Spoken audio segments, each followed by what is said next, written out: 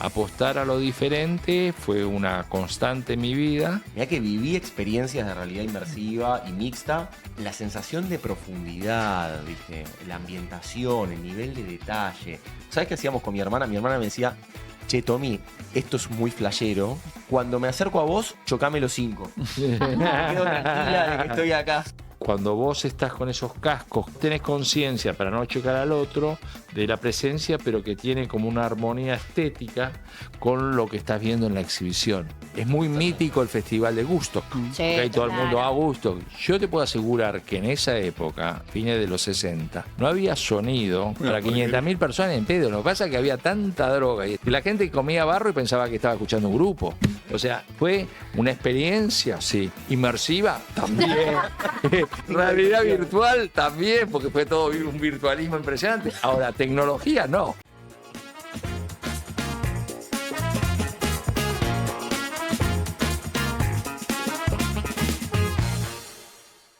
GEA Logistics es atención 24 siempre. Especialistas en carga terrestre.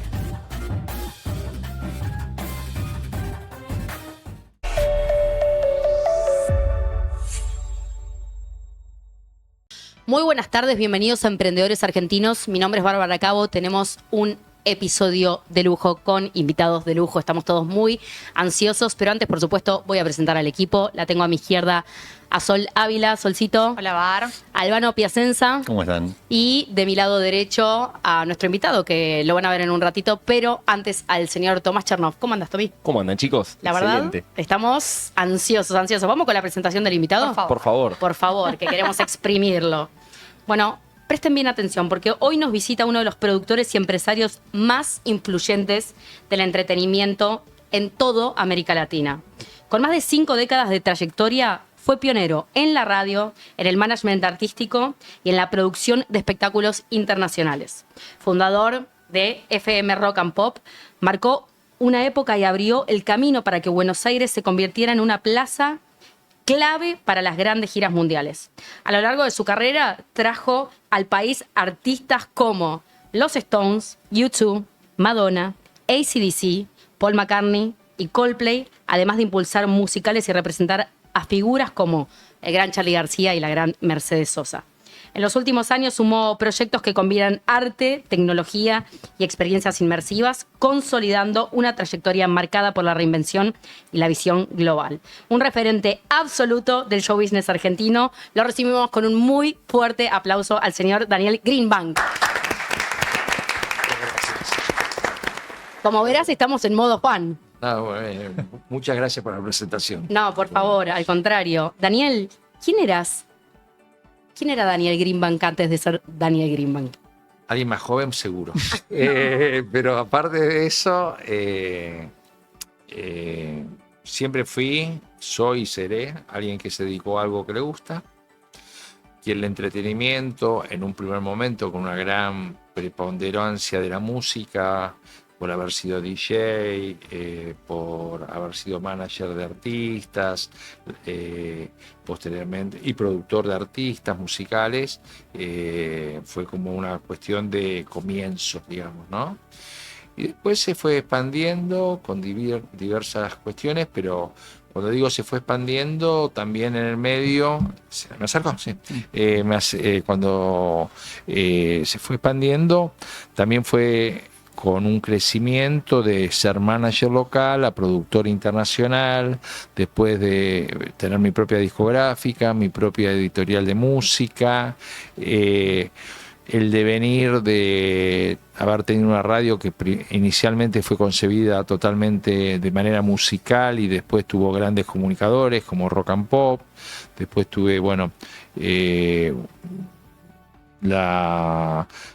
con un joint venture, otras radios como fueron Aspen o como fue lo que en su momento, lo que hoy es Urbana, digamos, Kabul, que fue otra experiencia radial importante para mí, para mi vida, por más que en términos de cuantitativos no haya sido tan masiva.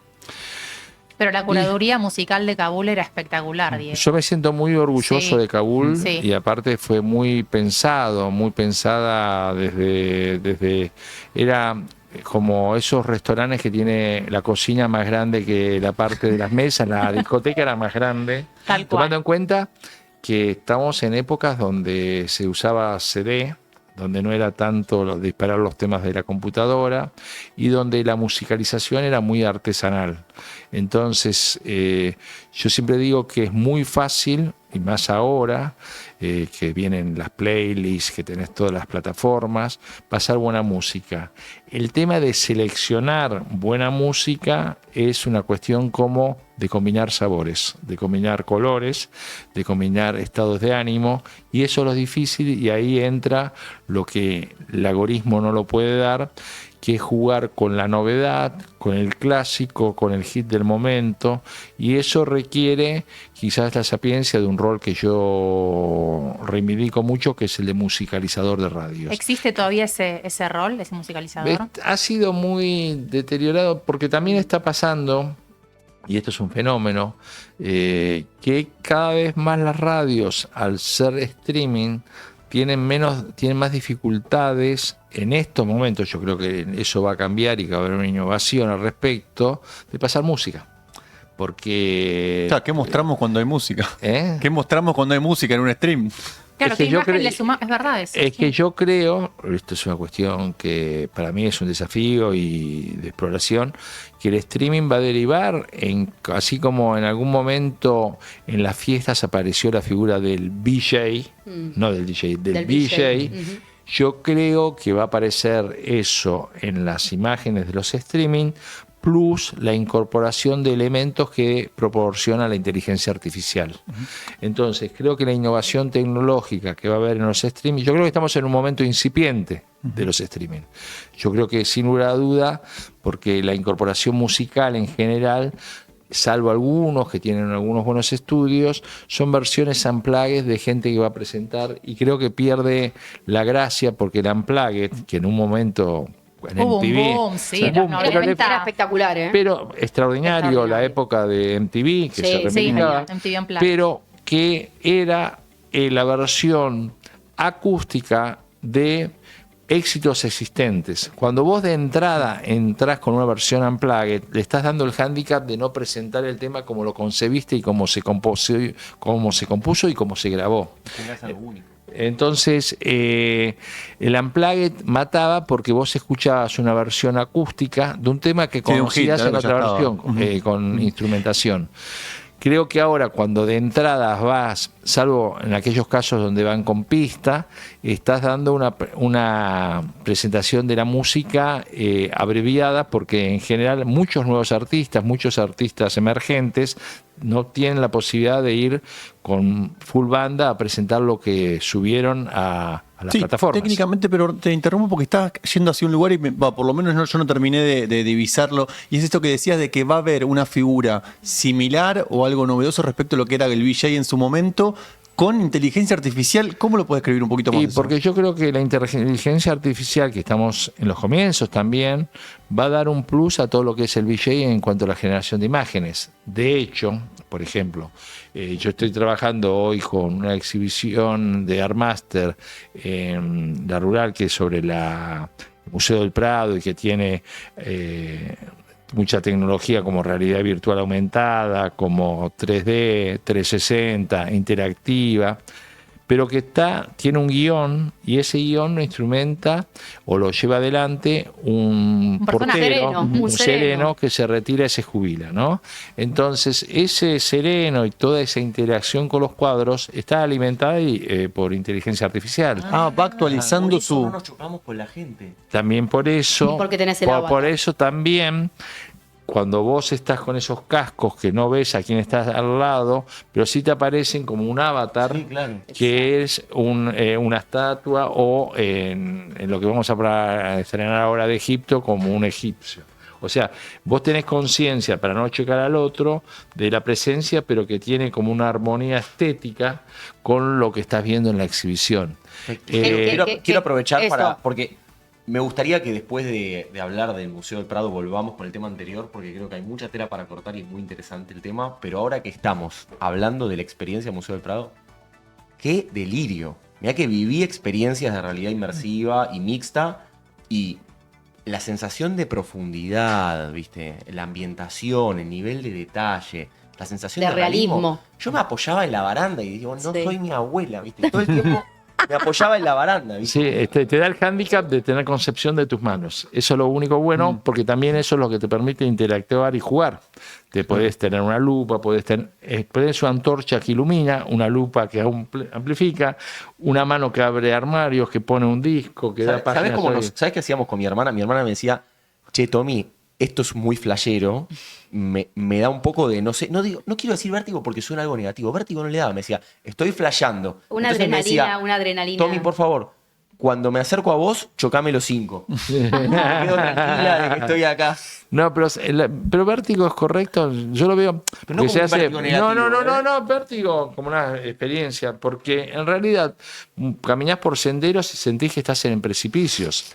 Y nosotros a los chicos que les ponen, que atienden a los visitantes, les digo, márquenle que no es que no hay un precipicio, no hay un escalón. Claro. Que Claro, pueden para que la gente esté relajarse y gozar. Pero no obstante eso, vos ves que la gente va tanteando con el pie a ver si no habrá Claro, que algo que te intuitivamente cae. uno ve algo y dice, Sí, acá sí. me voy a caer.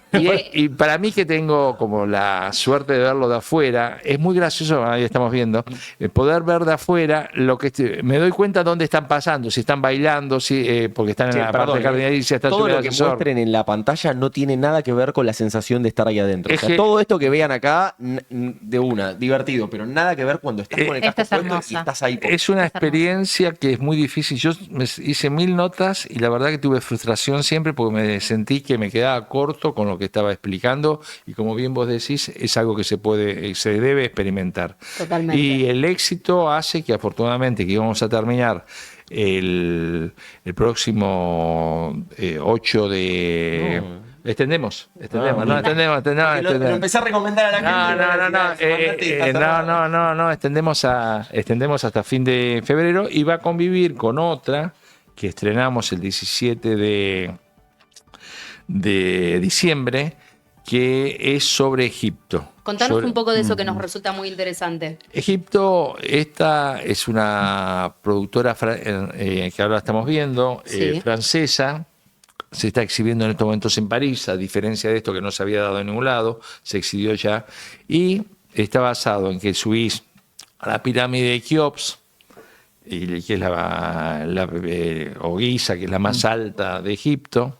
Está remontando en la historia algo que sucedió 2500 años antes de Cristo, por lo cual hace 5000 años que sucedió. Y por más que estés ahí, no lo vivís, porque también es eso. O sea, incluso No. habiendo estado en Egipto, digo, es distinta la experiencia que. Absolutamente distinta. Yo estuve en Egipto y la experiencia es totalmente distinta porque yo no subí arriba de la pirámide. Y tampoco podés caminar por precipicio. Claro, bueno, pues. No, pero acá o volar. navegás. Acá podés caminar por el precipicio con un poco de vértigo, pero no te la puedes. No, ahí es más grande el vértigo por la pirámide, pero Claro. también navegás por el Nilo en una barcaza de 2500 años antes de Cristo, entras a uno de esos templos que existían y que existen, que hoy los visitás como turista, pero que está vigente, convivís con egipcios, participás de ceremonias de momificación, que es muy impresionante porque está todo el culto de la momificación en la cultura egipcia muy bien expresado. Tiene una parte, es muy para los chicos con todo el morbo que le dan las momias para que pasen muy buen tiempo. Y que se les filtre algo de historia de la humanidad. Y, mientras tanto. y tiene una parte muy importante de la historia de Egipto, tiene una narrativa histórica en el previo, antes de acceder, de toda la historia de lo que es Egipto. Entonces, aparte estamos viendo a raíz de lo que está pasando en el Museo de Bellas Artes como una egiptomonía, ¿no? Es muy interesante. Creo que... ¿Puedo traer un tema polémico respecto de esto? Sí. Discutíamos con mi hermana, ¿viste? Salimos, la encontramos ahora y me dice, che, no te voy a contar nada, flashenla, ¿no? Entramos y Pau en un momento me dice preocupada, pero Tommy, cuando esto lo van a hacer tipo 5D con olores y más realismo, vos, si esto es misma realidad que lo real, no, yo me saco el casco. Entonces le digo, perfecto. ¿Vos la viste a Doña Rosa y a Ramón cómo la estaban flasheando, porque nos divertíamos cada tanto, decíamos... Vos solo no, Sí. vos solo no, uno se sacaba, ¿viste? Estábamos Como... todos, estaba la gente A que se espiar. estaba flasheando. Sí, a espiar un Imagínate que poquitito. nosotros somos pendejos, Sí. más medio millennial, Sí. que estamos más acostumbrados a lo digital. Cuando pasás la barrera... Yo creo que Ramón y Doña Rosa no se lo ponen el casco. Entonces, estás ahí en un límite en donde la experiencia, si yo veo la momificación con el mismo tipo de resolución, Te estamos asusta. ok, estamos ok. Te asusta. Dame un poco más de HD, Sí. Es no que- sé si estamos ok. Es que hay, incluso esto técnica, yo digo, no va a sustituir a nada de lo existente, pero sí va a ser una experiencia totalmente complementaria. Hay, por ejemplo, con el Museo del Prado participé de un seminario que se hizo en Bellas Artes y hubo también, cuando se estrenó, hubo una conferencia en España para los invitados que, si bien no se exhibía público, pero sí a gente de museos. Y había muchos, si este era el futuro de los museos, y definitivamente no. Yo No, creo que es no. una acción absolutamente complementaria, es una experiencia totalmente distinta. De hecho, esto de Art Master se cuenta a partir de los cuadros existentes que te permiten meterte dentro de los cuadros. Y en Egipto, Amplificás el museo. amplificarla, pero Totalmente. también yo tuve la experiencia. Apple que desarrolló una tecnología de cascos también que es distinta porque es para domicilio y no es circulando. Esto vos cuando vas caminando, que vas caminando, vas... Como amplificando el escenario, digamos. Claro, los QR Sí. que hay te van disparando lo que Ah. vos tenés en el casco.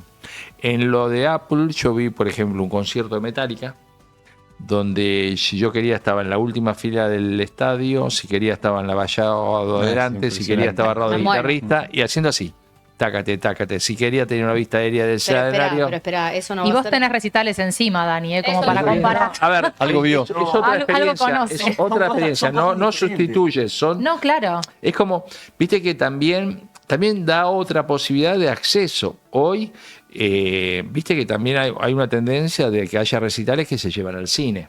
Sí. Está Claro. viendo. Sí. Creo que, y también hay otra realidad, y esto se vive, que el crecimiento de los consumos musicales dentro de los consumos culturales va creciendo de una manera estrepitosa. Entonces, por eso también las entradas de los recitales cada vez hay más demanda a la poca oferta que hay. Los artistas, más allá de la crisis económica coyuntural que puede tener un país como nosotros a veces, ¿no? Pero cuando aparece algo que tracciona, no importa el precio, hay un segmento dispuesto. Bueno, Hay gente que quiere vivir la experiencia, digamos, estar ahí. Vivimos Coldplay, hizo 10 River. Sí, pero y más recientemente que yo, Diez AC/DC con la crisis agotó Es y increíble. podría haber hecho 10, River si quería, o sea, hay una cuestión de... No, de pero yo peri- pienso en mis amigos del secundario y estoy seguro que comerían arroz con tal de ver ahí. Es que lo que, Claro, es que lo obvio. que dice Daniel, Tal cual. hay una cuestión... ¿Vos sentís que es esto que frente por ahí al impacto que tuvo la tecnología en los últimos tiempos, hay, digamos, una cantidad de gente que está dispuesta a, por ahí, sin ser fanático de una banda? Digo, me entiendo que el público que va a ver AC/DC hoy es uno distinto al que No, yo era en creo otro momento yo que creo lo veía. AC/DC atraviesa, en Argentina particularmente, es esas bandas que atraviesan varias generaciones. Algunos sí, algunos artistas les pasa, a otros no les pasa. Son los que ves de repente el A mí me estadio pasó lleno con Kiss. Son los que Eso. ves de repente en el estadio lleno con el hijo, el padre y el Tal cual. abuelo. Exactamente, con tres Las tres generaciones. generaciones. Que puede pasar con los Stones y puede pasar con Paul McCartney, pero nos pasó cuando lo trajimos la última vez. Ocurre con cuestiones que son clásicos y que ya entran dentro. Perdóname, no me puedes decir cuando lo trajimos a McCartney como si fuéramos a comprar un chocolate. No. O sea, hacer una pregunta. no. Lo trajimos hace 2 años, por eso le digo. Y era verdad esto que decís, que veías a 3 generaciones, abuelos, padres, hijos, y la verdad que, a ver, yo particularmente con mis 2 hijos siempre gocé mucho de ir a conciertos. Es una experiencia extraordinaria. Y sobre todo con mi hija, que cumplió este año 15 años, me abre mucho, me da mucho acceso a nuevos artistas que quizás por dinámica no los Claro, no llegas a escucharía, consumirlo. y que en muchos casos son muy buenos, en otros no me gustan, no puedo decir que todo me guste, como también ocurría en otra época, que siempre hubo cosas que me gustaron y cosas que no, ¿no? Pero ¿Algunos la- artistas de esta nueva generación que te gusten? muchos hay, muchos. Bueno, O me sea, contabas que fuiste a ver a Billie Eilish con tu hija y que te voló la cabeza. Billie Eilish es un artista para mí del carajo. Kendrick Lamar es impresionante. Lady Gaga. Pero Lady Gaga, digamos que tiene ya unos 15 años, entra en una Ya está como generación consagrada, más digamos. grande. Pero, digamos, reciente. Rosalía, Tyler, siempre The Creator. Rosalía, con estos que acaba de anunciar estos días sus 2 Movistar en agosto, va a ser una locura lo que va a ocurrir. La demanda. Tiene y- para ser 20, digamos, si quiere. pero no puede, claro. y es un artista que para mí el disco que hizo es una obra suprema, Lux, que entra dentro de los clásicos de la historia del pop de todos los tiempos. O sea, Y Catriel y Paquito Amoroso, más me disruptivo. gusta mucho, Muy mucho, original. mucho. Catriel y Paco Amoroso me parecen extraordinarios, pero bajo todo punto de vista, y me parece ellos, Woz, me parece, nosotros producimos a Luz Gagui, con la cual me Ay, satisface. qué voz que tiene Luz Gagui. Es impresionante. La voz una de Luz está bendecida. trabajando con su nuevo disco. La verdad que estamos muy contentos de lo que está haciendo. Pero A porque ver, te pregunto esto a vos que sos una autoridad, ¿no? Porque no vos existe autoridad en esto. Lo siento, no, está Un muy referente. bien que con la humildad Sí, sí, sí, pero- un referente. existe, digamos. No, tu pero digo, trabajo. sí, sí. Escuché una entrevista no sé si escucharon la entrevista del presidente de Gibson, de las guitarras. Sí. Y decía, Bizarrap le preguntaban. Y decía, Sí. ¿quién? No sé quién es. Yo me quedé como, wow. Y- Y escucharte a Pero vos supongo decir, que es un poco como No, dice pero Daniel, me ¿no? parece Porque- que en ese sentido va. Yo, porque ayuda mucho tener una hija de esa edad, pero también ayuda mucho las ganas que vos tenés de renovarte. Yo respeto mucho a la gente que se queda, decir, bueno, yo llegué a un punto, entender lo que pasa con las nuevas generaciones, que tiene que ver no solo con los consumos culturales, con la comunicación, con todas las nuevas cuestiones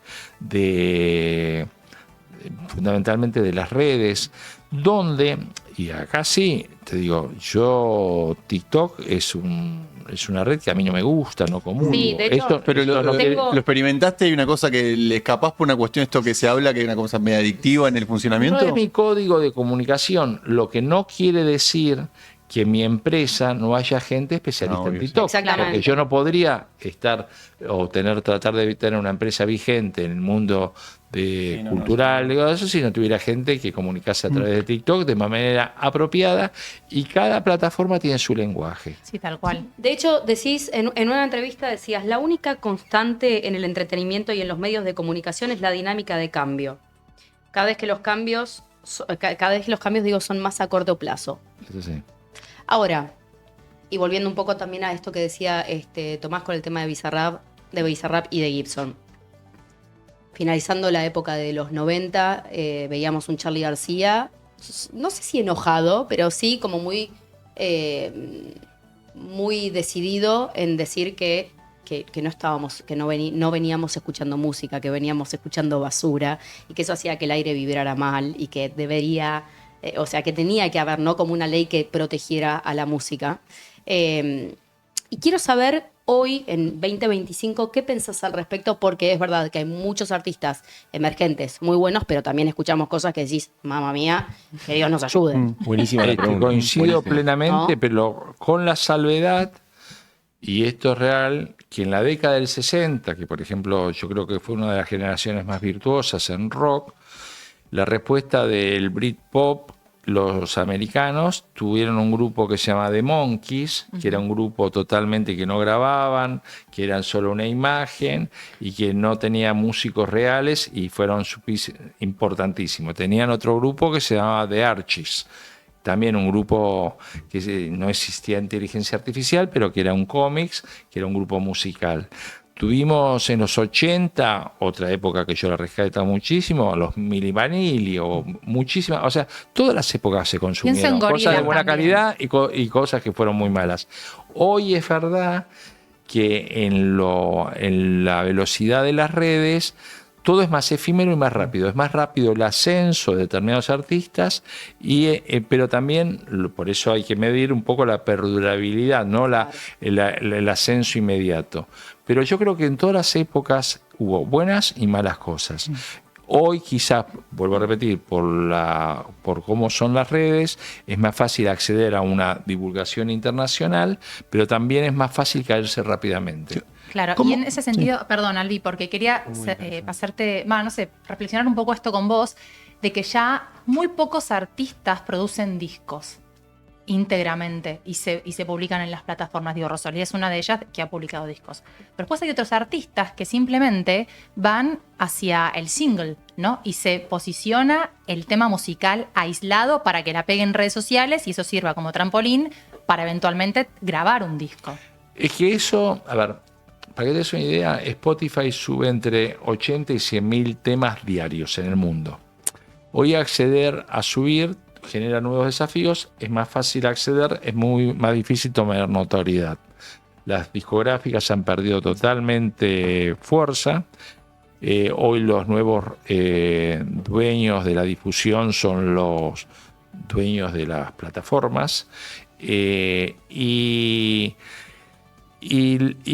esto de subir y bajar, vos ves, son ascensores realmente en cuanto a la velocidad de ir, bajar, subir, ascenso, descensos. Y, por ejemplo, un tipo como Bad Bunny, que yo respeto mucho y que este año salió nuevamente por tercer año consecutivo el más escuchado en Spotify, si bien sus primeras realizaciones fueron puro single, este año ha publicado un disco extraordinario que lo presentó en Puerto Rico en una temporada, que lo va a venir a presentar acá en febrero, y para mí es un tipo recontra talentoso e inclusive de una gran evolución artística. Este último álbum donde hace un cruce a música caribeña. Sí, una vuelta a sus raíces, ¿no? A Puerto Rico, tal cual. Es un disco extraordinario. Sí. Y empezó con una cuestión trapera reggaetonera y ha tenido una evolución. Y al principio empezó, yo creo que no editó, hizo la primera gira sin haber editado un álbum y de estadios en Estados Unidos. Tal cual. Pero eso también tiene que ver con la góndola. La góndola es, antes vos tenías que comprar un disco físico. En una época se vendían lo que eran los singles, después cuando estoy hablando del disco físico de vinilo, Sí. después se dejó de vender los singles, se vendían únicamente lo que se llamaba long play o álbumes, y si vos tenías un artista que no resistía un álbum, hacían compilados de éxitos de singles. Claro. Entonces, siempre hubo una cuestión de... Y en realidad también, y esto me consta, muchas veces y en general, vos tenías muchos álbumes donde en realidad tenías 3 temas que valían la pena y tenías 9 que había que poner de relleno porque había que terminar el álbum. Claro, tenía que ser un disco lo que había. Entonces no se podía concebir un álbum de 3 hasta que apareció el EP que tenía 4 temas, pero son las dinámicas de cómo se consume. Ahora, el prejuicio, y también hay otra cuestión más con respecto a lo de Charlie y en general, y considero que es una gran injusticia, pero son los tiempos que corren. Vos ves hoy el acceso internacional que las redes y el mundo digital permite una internacionalización mucho más fácil de lo que era en la época de los 70, de los 80, 90. Entonces yo entiendo la frustración de ver todas estas nuevas generaciones tan rápido tener un acceso internacional, que quizás por talento, para no ponerlo en Charlie, también lo pongo en Spinetta, también lo pongo en Los Gatos, en Almendra, en Manal, no lo tuvieron porque no existían las redes y costaba mucho que una industria... El otro día justo, en un documental que está haciendo Nito Mestre, sobre Sui Generis, y cuando yo fui manager de Sui Generis recordaba una discusión que yo tuve con el productor. Yo grababa en un sello local que se llama Talent, que pertenecía a una discográfica argentina que se llama Microfón, pero que no era internacional y que no tenía concesiones. Entonces Sui Generis, que fue un grupo, dúo Este año 50 años de la Dio Sui Generis. Este año 50 años de la Dio Sui Generis. Exactamente. A raíz de eso que están haciendo el documental. Y decía, Fue una lástima que no hayamos estado en ese momento, que fue un problema que yo tuve con el productor, pues yo lo quise llevar a EMI, que era una compañía internacional que lo iba a lanzar por lo menos en América Latina, y hubiera posibilitado que por lo menos fueran famosos en Perú, Colombia, Nada más. Sí, un poco más. Venezuela. No, bueno, pero salir, digamos, de lo local. Hoy es muy fácil. Hoy es muy fácil. Es muy fácil. Está abierto el canal para eso. También dentro de eso también tenés que es el fenómeno del K-pop. Jamás en tiempos Tremendo. pasados hubiera pasado el fenómeno del K-pop o de que tenga tanta relevancia los audiovisuales producidos en Corea como El Juego del Calamar o la película que ganó el Oscar, Parásito de... Sí, Parasite, qué Entonces, buena esa película. eso ocurre porque hay una información y un acceso. Sí, es como una globalización casi en tiempo real. Daniel, perdón, te quiero llevar un poquito a algo que tiene que ver con... para mí hay una característica muy particular en tu trabajo y en lo que fue tu carrera, y es que has sido jefe de mucha gente, lideraste un montón de equipos, y una característica para mí muy notoria que me parece muy interesante que puedas desarrollar es que tuviste que lidiar con personalidades totalmente fuera de lo común. Que estabas todo el tiempo entre, me imagino yo, entre el límite de que esto no prenda en fuego un estudio y que lo dejen hacer arte a gente como, bueno, Pergolini, qué sé yo, es como casi que la gente los identifica juntos, pero 1.000 millones de personas más. Digo, ¿cómo fuiste manejando eso si fue una cosa que construiste? Y contame alguna anécdota. Primero porque a mí me costaba fijarme en mis límites. Eso es una primera cuestión, porque siempre los límites tienen la relatividad de la coyuntura que vos vivís y los límites que de una década o de un tiempo no son los mismos límites de otros tiempos. Esto es una cuestión real. También fue dentro de esa cuestión, y no hay un medidor más que un olfato, hasta dónde podés estirar la piola sin que se corte.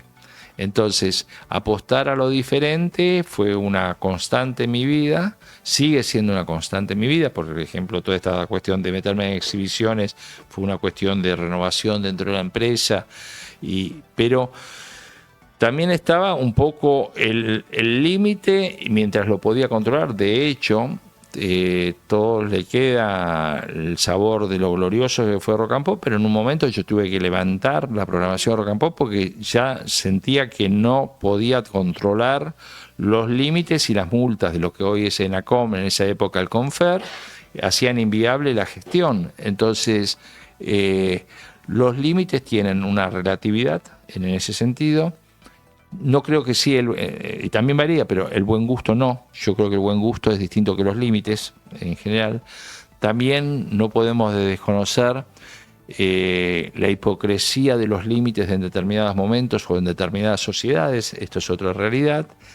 Y también que a veces el búmetro se va para el otro lado. Hoy, como vemos con el comportamiento de algunas redes, sin límites, donde niveles de agresión superan lo tolerable, por lo menos en la vida de la convivencia democrática, donde hay un imperio de la violencia demasiada demostrada, donde hay una cuestión bastante dañina de que en la educación se delega mucho en el uso de pantallas con los chicos, y de ahí que está apareciendo jurisprudencia internacionalmente en sociedades como Australia, Europa, en cuanto a regulaciones del acceso a los menores, de cuánto tiempo pueden estar frente a pantalla. Entonces, en esta ola que supuestamente tiene menos límites o distintos límites que anterior, entran a aparecer nuevos detectores o señales que guarda que esto sin límite también se puede ir a generar no es una libertad beneficiosa, por más que la libertad es un término hermoso, por más que a veces se distorsione, pero no guarda que esto a veces se está yendo al carajo. Entonces, cuidemos a los chicos, cuidemos educación. ¿Perdón? ¿En qué ves que se está yendo al carajo? En el Yo día creo- a día. Yo creo que, a ver, y en eso en general, creo que estamos viviendo en una cotidianeidad donde cuestiones nos acostumbramos a un mundo manejado por gente muy loca, por decirlo una cuestiones que antes nos parecerían que entrarían dentro de un cómics que estás esperando que baje Batman para combatir a ese malo, pero Batman no existe y sí existe ese malo, y que constantemente se están corriendo los límites de lo que son los sistemas democráticos, los que son los derechos adquiridos sobre la democracia, con planteos y pérdidas de empatía. A ver, que estemos discutiendo hoy el valor de las vacunas, cuando estamos teniendo 7 pibes que murieron esta semana por dolor convulsa, la verdad que es un retroceso tremendo. Y lamentablemente y que todo vale y la mentira instalada reiteradamente se impone, hay como un terraplanismo contra las vacunas. Esto de, vuelvo a repetir, y no le quiero poner un tinte ideológico, sí le quiero poner un tinte de la locura de que haya un rey mundial como cree Trump, más allá de que sea por fracaso de un montón de cuestiones, como instituciones como las Naciones Unidas, como la Organización Mundial de la Salud. Me parece que denota por lo menos un cambio de época que no tiene una cuestión virtuosa. Y después está la responsabilidad social también. Está la responsabilidad social, pero lamentablemente, inclusive, los parámetros de el no cuidado, para mí una de las cuestiones más importantes de no límite respetado es el no cuidado ambiental. Y yo no estoy en contra, obviamente, de lo que es la minería. La explotación de recursos. Ahora, digamos, cuando sí. la minería ocurre como San Juan, me intoxicó 5 ríos. Sí, no cualquier precio. Algo está mal. Algo está mal porque el agua, las aguas dulces, son limitadas. Entonces, vos podés tener un muy buen PBI, unas exportaciones extraordinarias, pero a la larga, toda una población que se quede sin agua, o la lucha que se está dando hoy en Mendoza, o la ley de glaciares que se va por desregular, sin lugar a duda, va a traer consecuencias mucho más profundas porque podemos vivir más o menos rico, lo que no podemos vivir es sin agua. Sí, no. Daniel, sin agua potable. Quiero conectar este hilo con vos. Sí. Porque la cultura o la expresión, digamos, que vos fuiste durante tu carrera canalizando a través de distintos canales, ¿no? Distintas formas de expresar la cultura. Y lo produjiste con tus equipos. Y ese contenido expresa esto de alguna manera, ¿no? Fue mutando. La gente, digamos, los artistas con los que trabajaste fueron expresando distintas cosas con el correr del tiempo. ¿Qué sentís que está pasando con el contenido que expresan las voces que estás produciendo, el contenido que la gente está consumiendo? ¿Esa cultura sirve como la herramienta para manifestar? Yo creo que, a ver, vamos a hablarlo a nivel global, lo que tenés la cultura en general, la cuestión es que lo que expresa una figura representativa en la cultura tiene una visualización mucho más grande de lo que puede ser, qué sé yo, un metalúrgico o un dentista, por decirlo de Una alguna mirada manera. más vertical de sentir que tiene más peso de Tiene un arriba. acceso, es un a lo que hoy denominamos un influencer más relevante, todo eso. A la vez, y esto es una opinión personal, que no coincide en la inmensa mayoría de la gente que piensa que la cultura tiene que estar mucho más subsidiada por el Estado, ha habido, desde mi punto de vista, yo creo que todas las instancias todas las sociedades tienen prioridades. Entonces, y te lo voy a marcar con cuestiones, yo por ejemplo muchas veces produzco cosas para chicos. Y muchas veces a colegios carenciados le daba ticket gratis. ¿Y qué detectaba con ticket gratis? Que cuando iban los chicos, te estoy hablando de por ahí hace muchos años también, ¿no? Para no ponerlo en tiempos actuales, iban a shows, estaban, se descomponían más allá de la excitación porque no habían desayunado.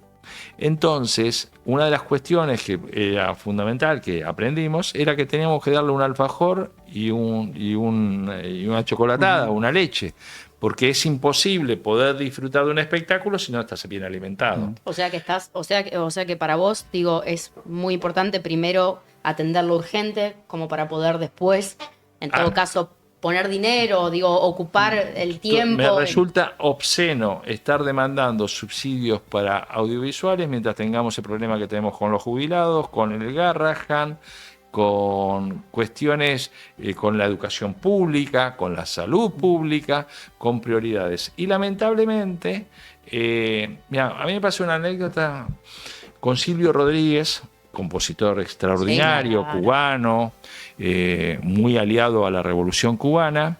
Y yo producía a Mercedes Sosa, y Mercedes Sosa grabó un tema que se llama Sueños de Serpiente de él, ¿no? Entonces, hablando con él, a mí no me gustaba cómo grababa en estudio, grababa mal, tenía mal sonido. Entonces, hablando con Silvio, le dije, Silvio, ¿por qué grabás tan mal? Él grababa en Cuba, podía grabar en México, pero él prefería grabar en Cuba. Y digo, ¿por qué grabás tan mal? Tendría mucho más repercusión tu arte. Y me respondió, mira, mi pueblo tiene otras prioridades. O sea, en lugar de gastar en una grabación tecnológica, yo no coincido con eso, porque quizá grababa más y le ingresaba más al gobierno cubano, pero lo que digo es, el tipo tenía claro que había algunas cuestiones de prioridades en cuanto a la alimentación, en cuanto a la salud, en cuanto a la educación, que venían antes de que él grabara bien.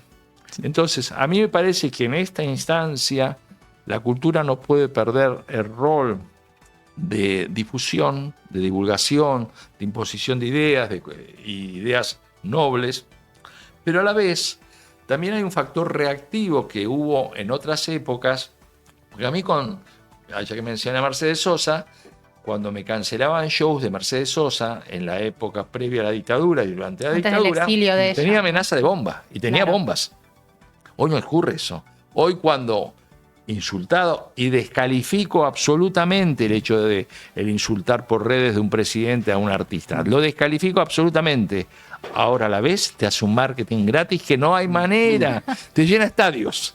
Porque es reactivo, De hecho, precisamente si no, te hace el marketing gratis. De hecho, si no, no existiría. Digo, mucha gente siempre dice, ¿cómo puede ser que Trump, por ejemplo, se rebaje, entre comillas, no a Taylor Swift? Viste que está siempre esa... pero es un win-win, o sea, le gana Pero para Taylor el Swift era- Claro. pero Pero creo que Taylor era- Swift le hace un era- favor a Trump. me Pero parece. Taylor Swift era grande antes Antes de que Trump asumiera. antes de Trump. Sí, Claro. sí. Su mayor vigencia fue con Biden. Sí, lo de Entonces, para depurar esta conversación que me encanta. Pero es muy interesante, me parece muy interesante.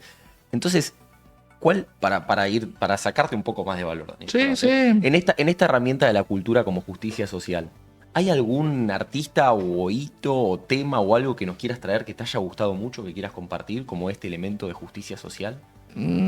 Para mí hay un cancionero sobre la justicia social y también hay muchos que, no solo sobre la justicia social, a mí me parece que hay muchos que tienen, yo creo en abrir mentes. Yo creo que en general el rock, tendió a abrir mentes, a sacar prejuicios, a preconceptos, y en ese sentido lo tomo como absolutamente válido. A desinhibiciones en cuestiones de género, en cuestiones de mayor respeto al otro diferente, en cuestiones como la comunidad LGBT+. O sea, me parece que en ese sentido hay una amplitud que el arte contribuyó mucho para que eso existiera. Y es espectacular eso que ocurra. Es espectacular. Eso no quiere decir que sea obligación que todos los artistas tengan que tener un No, por mensaje supuesto. de Sí. cambio Ni hablar. social, porque también es Pero totalmente suma mucho. reivindicatorio Yo creo el que la tratamiento. juventud, yo creo que los pibes de hoy valoran un montón eso. ¿Hay rockeros Va bien. hoy, Dani? ¿Hay rockeros? ¿Hay rockeros Sí, a mí me argentinos? parece que si vos decís Catriel y Paco Amoroso, Woz o Trueno, tiene un espíritu absoluto. Como unos neo-rockeros, ¿no? Tienen Unos neo-rock. Tienen un espíritu de rock absoluto. Y hay poperos, pero creo que, como en todo, me parece que la expresión rock, como rock genuinamente, con ese tipo de composición, está menos vigente y menos consumo sobre las nuevas generaciones. Claro. Después hay como una actitud de rock, que es Sí, la de como Woz, está la de muy Trueno o la de Catriel y Paco Amoroso, que es una actitud, pero que es obviamente ayornado sonoramente a los tiempos que ocurren. Transgresora y con talento. Daniel, no puedo dejar de preguntarte, el otro día te escuchaba en lo de Pergolini y me estallaba de risa de solo imaginarme la escena, pero quiero que me la cuentes vos, quiero que nos cuentes vos cómo fue el momento en que Mario está haciendo radio, y dice, veníamos de una seguidilla de muertes, y se le ocurrió decir que había muerto Phil Collins. ¿Qué estabas haciendo vos en ese momento? ¿Te acordás? Porque Me lo recordó más él que yo. Sí me acordaba del incidente porque tomó mucha repercusión. Hubo en ese multa al momento. Confer ahí. ¿Eh?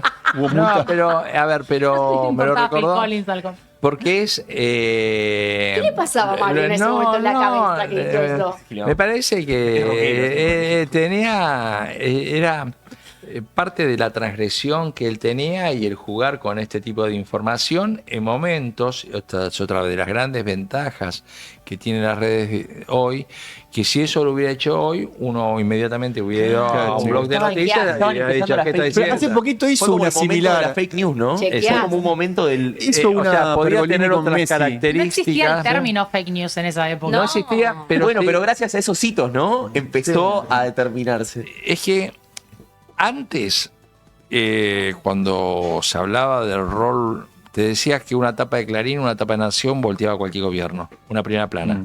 Hoy no existe. Ya no pasa más. Pero no existe ni para joder al Chiquitapia. La Te digo, escuela para- de, o sea, la escuela de la tele y la radio eran ¿Eh? la verdad, ¿no? Somos muchos de esa generación, de que lo que decía la televisión o lo que decía la radio era palabras sin público, discusión. palabras santas, porque no tenías Exactamente. aparte otra manera de confrontarlo con otra realidad de información. Teníamos un acceso muy restringido a la información.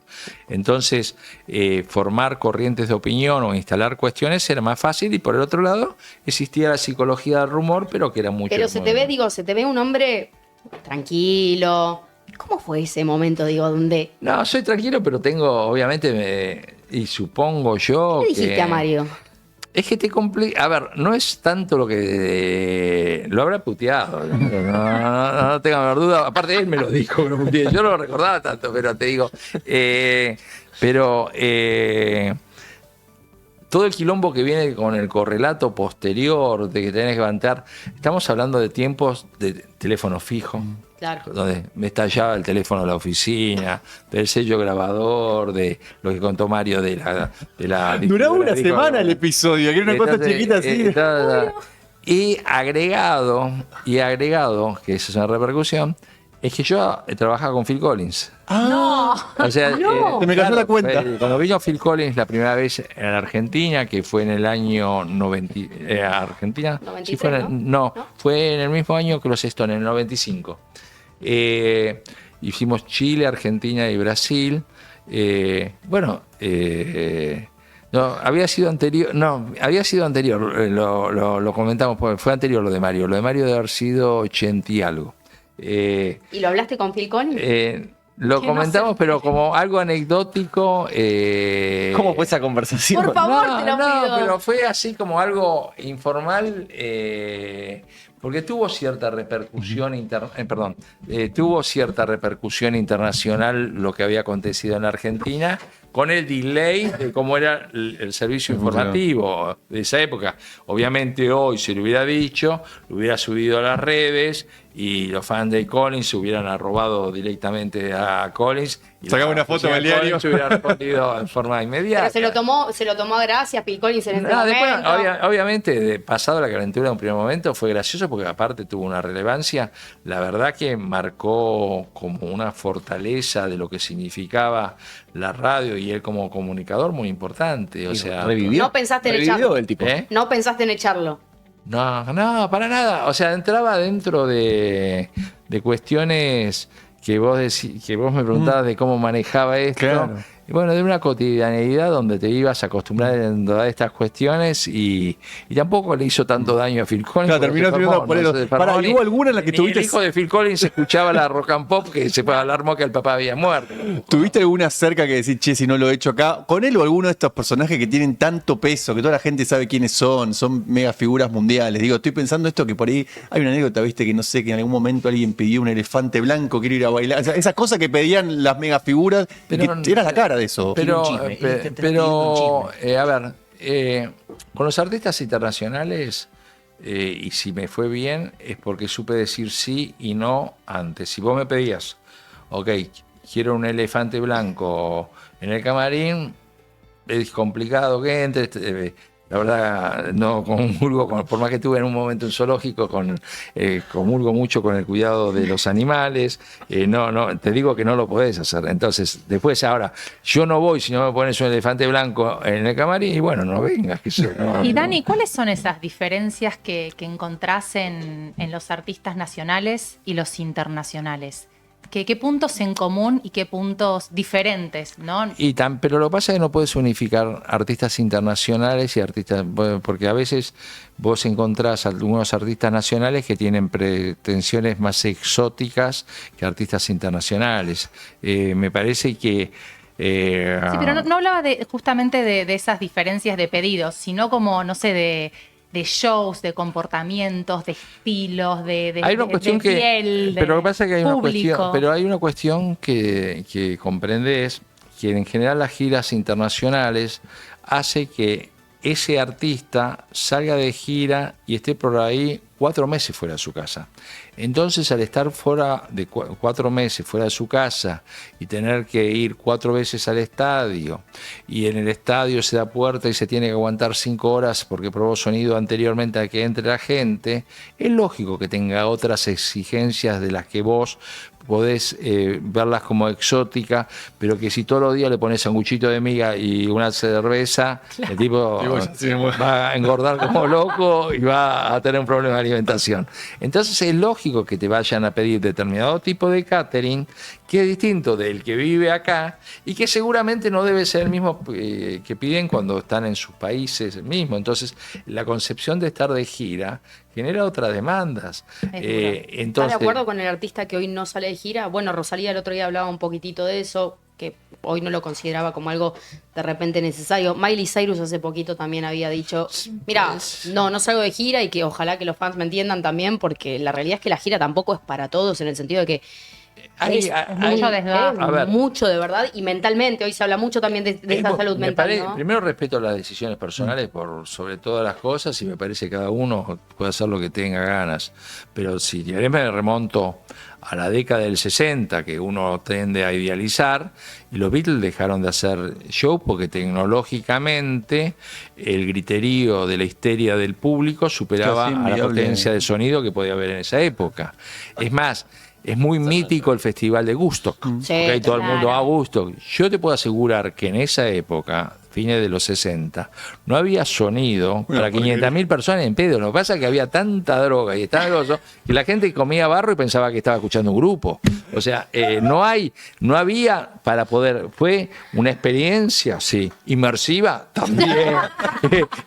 Sin casco, la 5D. Ahí tenés la 5D. Realidad virtual también, porque fue todo un virtualismo impresionante. Ahora, tecnología no. Entonces, todas las épocas hubo diferencias. Pero fue la mejor época de la música. Todos siempre dicen que esa fue la época dorada. Depende, fue muy gloriosa sin lugar a muy gloriosa. Muy gloriosa. Te levantabas baldosas y decías, no puede ser, es uno Hubo más. muchas cosas que surgieron muy impresionantes.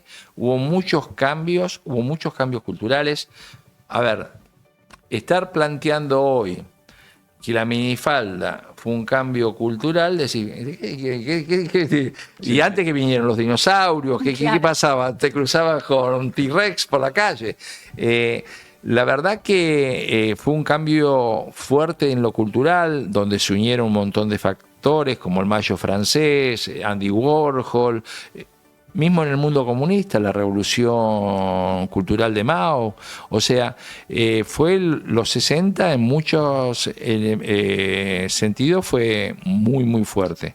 Yo reivindico también los 80 mucho, reivindico en términos de rock el periodo de los 90 con el surgimiento del grunge, plus el rock californiano, Red Hot Chili Peppers, Metallica, Guns N' Roses, más un Pearl Jam, más un Nirvana, y vas al otro lado, cruzás el charco y tenés a Oasis, a Blur, a Pulp.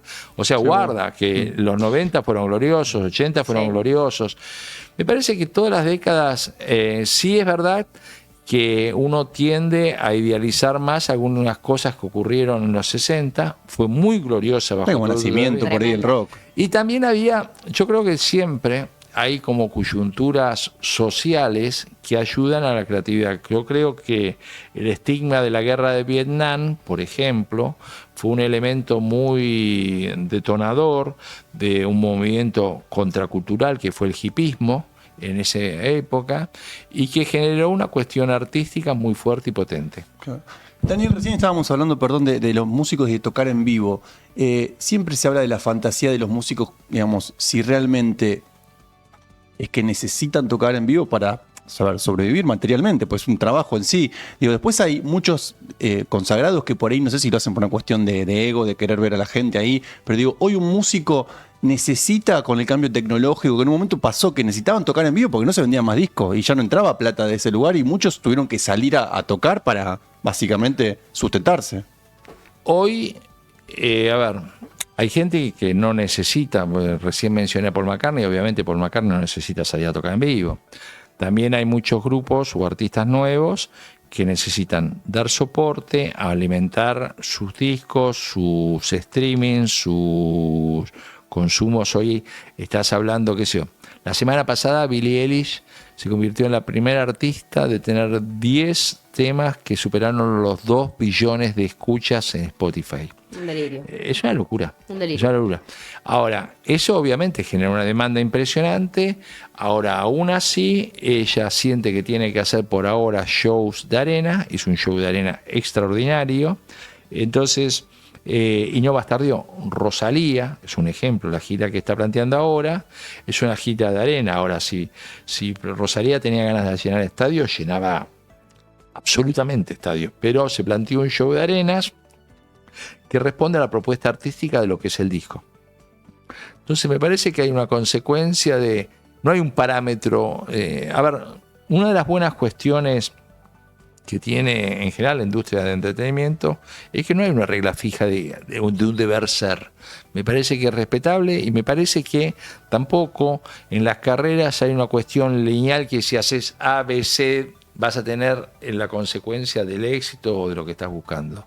Me parece que sí hay lineamientos que vos te trazás y también me parece que a veces si vos no tenés un respaldo para poder hacer buenos shows, hoy hay una cierta exigencia tecnológica, sobre todo a determinados artistas, si no podés presentar un buen show, aún saliendo en gira, muchos artistas pierden plata. O sea, mucha gente que ha llenado Movistars con superproducciones han perdido plata y la gente está pensando que se llenó de plata. No, mentira. Sí, Tangana decían eso cuando No, salió, y que Mariano Tangana... Becerra, Bueno, Mariano Rosalía Becerra. en la última gira o Zetangana en la última gira, que cuando vino acá con el show de arenas perdió plata sin lugar a dudas. ¿Por No qué? podía soportar, porque no es solo la gran producción, la cantidad de gente sobre el escenario, más transportación, más impuestos. En ese sentido, contribuye la nueva desregulación de la sociedad de gestión, que Argentina tenía las más caras del mundo. Ahora vos podés negociar directamente con los creadores, entonces me parece que es un muy buen avance. Pero, te repito, a veces Zetangana o Rosalía, los que tuvimos la suerte de poder verla cuando vino al Movistar, te perdió plata, pero te dejó con muchas ganas de volver a verla. Ahora va a venir y va a volver a perder plata. Va a volver a perder plata. Pero está apuntalando a ser un clásico. Sí, eterno. Ahora está diciendo que eso, Es como va a perder medio plata Rosalía, va a volver y va a perder plata. No sé cuál será el show que tiene diseñado. Lo ignoro. Esto es real. Pero me parece que si viene con medianamente quiere. Lo que uno no sabe nunca es cuánto vas a reemplazar, cuánto vas a tener en vivo, cuánto lo vas a reemplazar por pistas y todo eso, que es la que uno ignora. Si vos reemplazas por pista, obviamente se tornan los costos muy inferiores. Claro, porque no depende Ignoro cuál es la propuesta de show que va a ser. Encima este pero disco tiene una presencia sinfónica, musical. va a ser muy difícil y aparte, y seguro que no vas a tener a esos músicos que son la Sinfónica de Londres, ¿no? O sea, pero de nuevo, no, cuando digo es dinámico, pero y también no tiene reglas fijas, entonces no puedo decir ABC, tal cosa. Sí es probable que programar con tiempo y pensar lineamientos es más probable que te vaya bien, sí, como en todas cosas de la vida, ¿no? Pero Cada uno define cómo lo quiere jugar. Afortunadamente. Sí. Afortunadamente. Daniel, ha sido un lujazo, de verdad, tenerte acá. Estamos todos Muy bueno. muy entusiasmados. Recordale, por favor, a la gente que está escuchando, que está viendo también el programa del otro lado, dónde pueden ver la réplica del Museo del Prado. Del Museo del Prado. Sí. Y a partir del 17 de diciembre, lo de Egipto, que se va a llamar una experiencia por el Keops, por el horizonte de Keops, es en la rural, que la idea es convertirlo como en un primer centro de exhibiciones donde prevalece lo tecnológico y lo lúdico y lo cultural comulgan en un mismo espacio para que la gente tenga realmente la palabra experiencia acá vale, y que la pasen bien en proyectos familiares o individuales, como sea, multitarget. Y la verdad que esto de la rural es un lindo desafío que encaramos en una evolución en el área de exhibiciones y estamos contentos con el resultado. Es la rural. Una pregunta. Daniel. Yo fui porque me la encontré a Barbie y la gente se puede ir y meter directamente, pueden comprar la entrada ahí. ¿En la puerta de la rural? En la puerta de la rural, sí, totalmente. Perfecto. Lo puedes comprar online, la tiquetera, la rural ticket, o puedes ir y directamente, las dos cosas, las dos opciones. Sí es verdad que tiene cupos limitados la cantidad de gente, entonces el comprarlo anticipadamente online te garantiza el horario que vas y podés entrar, ¿no? Vayan, no dejen de verlo porque de verdad que es una experiencia que les va a volar la cabeza. Daniel Greenbank, no puedo creer que estés acá, te agradecemos muchísimo este aplauso, de verdad es para Me vos. sentí muy cómodo, fue flor de nota. Gracias. Gracias.